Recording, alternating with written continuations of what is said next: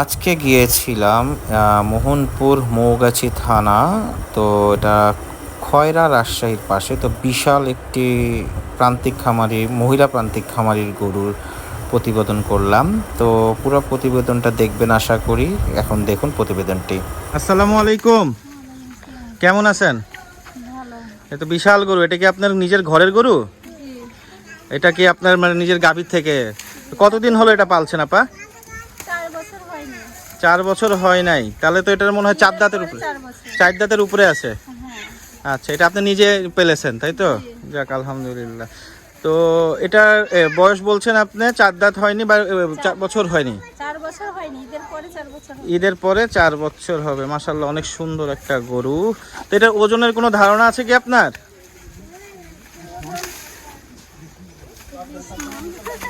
মানে এই ওজনের একটা ধারণা, মানে যা দেখছেন তাই এমন কোনো ধারণা নেই আপনার হাতে? আচ্ছা ঠিক আছে, ফাইন। তো এবার ইচ্ছা আছে এটা আপনি কোরবানি ঈদে বিক্রি করে দিতে চাচ্ছেন? আচ্ছা, তো এই গরুটাকে আপনি সাধারণত কি খাওয়ান? এই ভুসি খাই, ওই গরুর ফিট, তারপরে হলো আগে আটা খাওয়াতাম ভাঙানো। ফিট খাওয়ান গরুকে? যেটা গরুর যেটা গরু, আচ্ছা ফিট মানে গরুর খাবার, মানে আপনি এই যে ভুসি টুসির কথা বলছে।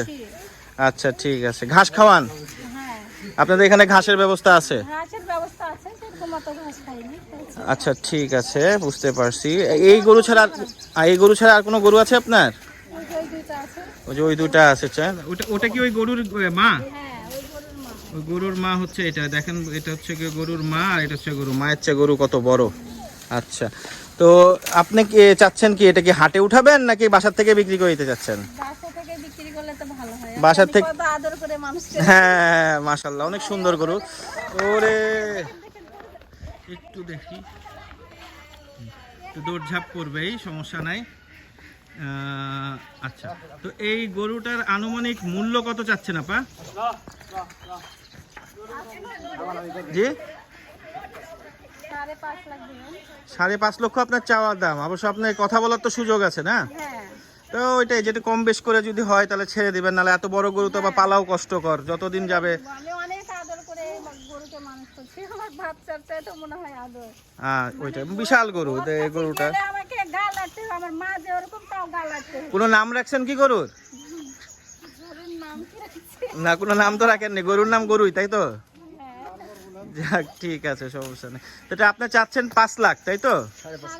5.5 লক্ষ টাকা চাওয়া দাম তাই তো? আচ্ছা, এই একটু ঠিকানাটা বলবেন, ঠিকানাটা একটু বলবেন।